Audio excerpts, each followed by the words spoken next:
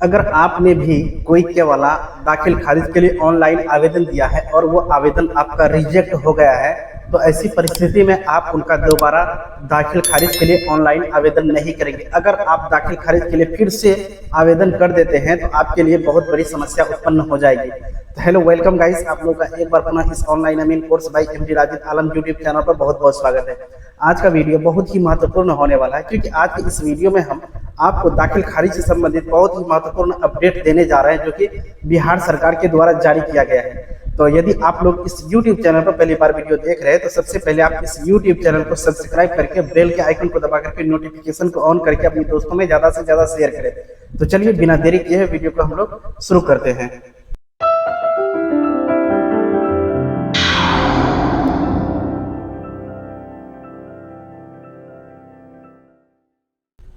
तो चलिए सबसे पहले हम ये समझने की कोशिश करते हैं कि यदि जब भी आप कोई जमीन को खरीदते हैं तो ऐसी परिस्थिति में आप उस जमीन का सबसे पहला क्या करते हैं कि केवाला तैयार करवाते हैं रजिस्ट्रार ऑफिस में जाकर के। जब वहां आपका केवाला तैयार हो जाता है तो आपको वहां से एक दस्तावेज मिलता है जिसको बोलते हैं सेल डीड या फिर केवाला। अब फिर उस केवाला के लेकर के आप उसका दाखिल खारिज के लिए जब आवेदन करते हैं तो यहीं से आपका मामला शुरू हो जाता है।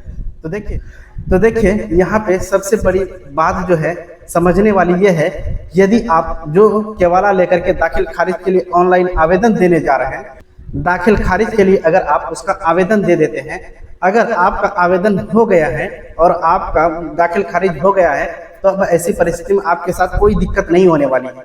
वहीं पे मामला फंस जाती है उस समय जहां पे आपका दाखिल खारिज के लिए आवेदन सीओ के पास जाता है और वहां से एक बार आपका दाखिल खारिज आवेदन रिजेक्ट हो गया है।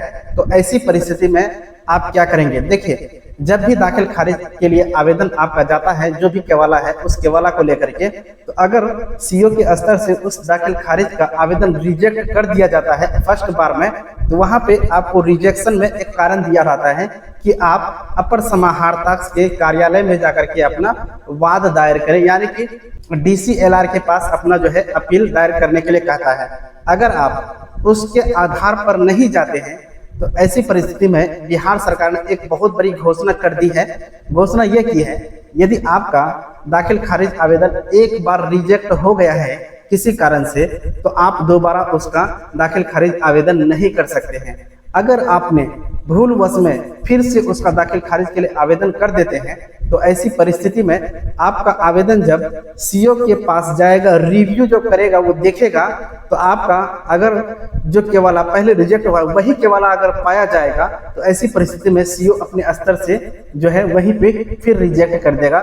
जो कि अंचल अधिकारी है वो मतलब आपके कर्मचारी को ये निर्देश देगा कि ये आवेदन पूर्व में दाखिल खारिज के लिए आया था और इसको रिजेक्ट कर दिया है, और जाकर के ये अपर समाहर्ता यानी डीसीएलआर के पास अपना मुकदमा दायर नहीं किया है, इसी कारण से इसकी आवेदन को पुनः रद्द किया जाता है और जाकर के फिर इसको जो है डीसीएलआर कोर्ट में जाकर के वहां पे अपना मुकदमा दायर करना होगा। वहां से उसको फाइनल करके जब आएंगे तब जाकर के उसके साथ में एक पत्र रहता है जो कि ये प्रमाणित कर देता है कि वहां से आप आ चुके हैं। तो उसके बाद अगर आप दाखिल खारिज के लिए ऑनलाइन करते हैं आवेदन तो आपका जो है दाखिल खारिज हो जाएगा।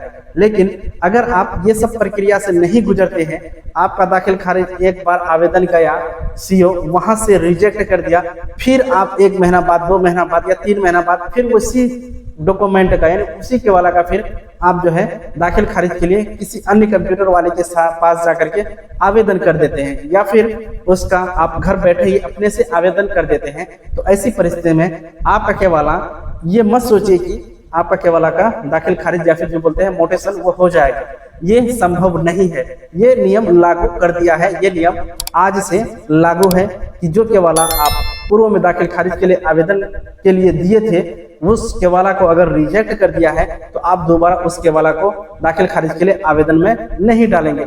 अगर डाल देंगे तो सबसे पहले जब उस केवाला का रिव्यू होगा तो उस रिव्यू में ही उस केवाला को रिजेक्ट कर दिया गया है। उस केवाला को रिजेक्ट कर देगा। जी हाँ, आपने बिल्कुल सही जानकारी इस समय प्राप्त कर रहे हैं। आपको बता दें कि बिहार में दाखिल खारिज का मामला जो है बहुत ही गंभीर मामला है और जाकर के दाखिल खारिज का आवेदन बहुत ज़्यादा संख्या में सब लोगों का रिजेक्ट होता है। तो लोग क्या करते हैं कि उस दाखिल खारिज के लिए जो आवेदन गया था उस केवाला का, वो केवाला का अगर रिजेक्ट हो गया वो पुनः फिर ऑनलाइन कर देते हैं। लेकिन अब ऐसा कोई मतलब जो है आप नहीं कर पाए। कोई भी किसान अगर इस समस्या से जूझ रहे हैं कि उसका केवाला पूर्व में रिजेक्ट हो गया है, पुनः वो फिर उस केवाला का दाखिल खारिज के लिए ऑनलाइन आवेदन दे रहे हैं, तो ऐसी परिस्थिति में उसका केवाला पुनः फिर 110% रखिए कि आपके केवाला पुनः फिर रिजेक्ट हो जाएगा। क्योंकि आपको पूर्व में ही बता दिया गया था कि आप अपने DCLR कोर्ट में जाकर के पहले अपना एक वाद दायर करें, उसके बाद जो है वहां से जो रिजल्ट आएगा उसके अनुसार ही आपके मतलब दस्तावेज के अनुसार ही काम किया जाएगा। लेकिन आप वो नहीं किए, आप फिर से ऑनलाइन कर दिए। आप जितना बार ऑनलाइन करेंगे रिजेक्ट किया हुआ केवाला को आपका फिर उतना बार आपको लौटा दिया जाएगा, वो भी किस फॉर्म में, तो रिजेक्टेड फॉर्म में।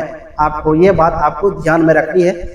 और आप हमेशा ये समझिए कि दाखिल खारिज करने से पहले हमको किन किन बातों की ज़रूरी होती है, तो इसके ऊपर हमने एक वीडियो बना दिए हैं, वहां से जाकर के उस वीडियो को आप देख लेंगे। अगर आपको अभी भी समझ में नहीं आ रहा है तो आपके लिए कमेंट बॉक्स खुला हुआ है, कमेंट बॉक्स में कमेंट कीजिए, हम आपको बता देंगे स्टेप बाय स्टेप दाखिल खारिज का क्या नियम है और आप किस तरह से उसका दाखिल खारिज के लिए आवेदन करेंगे ताकि आपका केवाला रिजेक्ट नहीं होगा।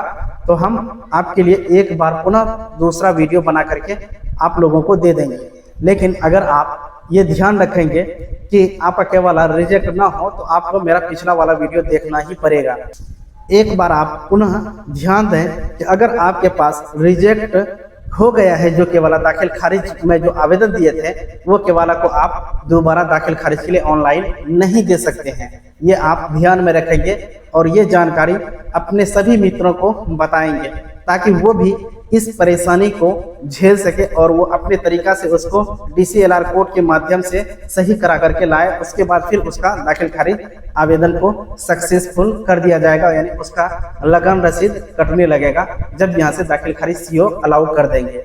तो आपके लिए ये जानकारी बहुत ही महत्वपूर्ण जानकारी थी, जो कि आप लोग रिजेक्ट किया हुआ फॉर्म को फिर से अप्लाई करते थे। अब आप ऐसा नहीं कर पाएंगे क्योंकि ये सॉफ्टवेयर जिस पे आप आवेदन देते हैं उसमें भी बहुत बड़ा बदलाव कर दिया है। उसमें बड़ा बदलाव कर दिया है क्या कि अगर आप जो केवाला आपका रिजेक्ट हो गया है फिर उसी केवाला को अगर आप आवेदन करने के लिए जाते हैं दाखिल खारिज के लिए, तो जैसे ही आप सॉफ्टवेयर में डालेंगे तो तुरंत उसके 2 से 3 दिन बाद आपका केवाला ऑटोमेटिक ही रिजेक्ट हो जाएगा।